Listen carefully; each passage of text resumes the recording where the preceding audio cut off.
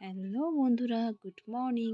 তোমরা সবাই কেমন আছো? আশা করি খুব ভালো আছো, আর আমিও খুব ভালো আছি।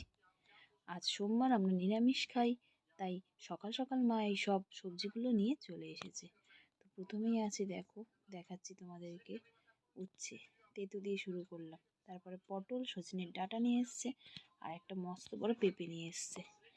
তো চলো এগুলো কাটা যাক, তোমরা দেখতে থাকো।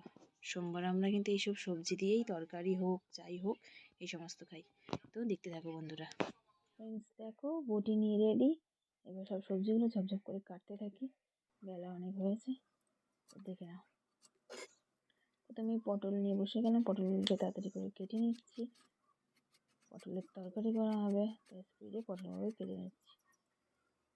এত তাড়াতাড়ি করে কাটছি দেখছো, আমি কিন্তু আবার তাড়াতাড়ি করে কাটতে পারি না। বটিতে আমি খুবই ভয় পাই। প্রথম তো আমার বটিতে প্রচুর হাত কেটে যেত, এখন তাও একটু আধটু পারি। আমি বেশিরভাগই ছুরি ইউজ করি, ছুরি দিয়ে চাকু দিয়েই আমি কাটি। তা খুবই ভয়ে কাটছি, কারণ বটিতে আমার খুব হাত কাটে, এবং করে যখন পিস করতে যাই তখনই আমার বটি দিয়ে হাত কাটে। তা পটলগুলোকে দেখো, 4 পিস করে করছি, এক একটা করে নিচ্ছি। এরপরে ধরে নিলাম আলু কেটে নিলাম। আলু পটলের তরকারি করা হবে। শাশুড়ি আলু পটলের তরকারি খুব ভালো করে, এত সুন্দর করে না, নিরামিষ তবু চিংড়ি মাছ ছাড়াই এত সুন্দর করে, কি বলবো, খুব সুন্দর করে। আলুগুলোকে 4 টুকরো করে মাঝখান থেকে টুকরো করে নিলাম, করতে রাখলাম। শাশুড়ি সব কেটে কুটে রেখে দিলে শাশুড়ি রান্না করতে বেশিক্ষণ লাগে না। আর কাটা না থাকলে উনি যদি একা হাতে সব কেটে কুটে নিয়ে রান্না করে না, প্রচুর বেলা হয়ে যায়। আর যদি সমস্ত সবজি রেডি করা থাকে, উনিও একটু হ্যাপি হয়ে যায়, কাটা রেখে আর তাড়াতাড়ি করে রান্নাগুলো করতে থাকে। আলু কেটে নিলাম, কাটা সব কমপ্লিট। ছোটো ছোটো করে আলুর টুকরো করে নিয়েছি, কারণ শুক্তো রান্না করা হবে, আর পেঁপের টুকরোও করে নিয়েছি। আর এদিকে তোমার আলু পটল করা হবে মিষ্টি মিষ্টি করে, ঝাল ঝাল করে, তাই আলু আর পটল কুচিও করে নিয়েছি।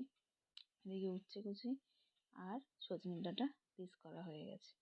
তো আজকের মেনু হলো তোমার তেঁতো আর আলু পটলের তরকারি। তো বেশ, চা করবো, র চা, তাই জল বসিয়েছি, গরম হচ্ছে জল। তো আদাটা একটু থেতে নিই, র চা বানাবো, তাই একটু আদা দিয়ে বানাবো। আদা দিয়ে বানালে খুব ভালো হয়। তাই আদাটাকে প্রথমে আস্তে আস্তে করে করতে হবে, না ছিটকে চলে যায়।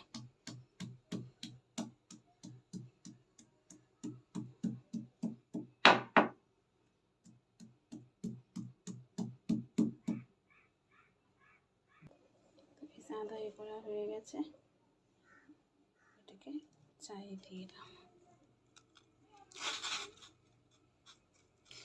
চিনি দিয়ে দেবো পরিমাণ মতো।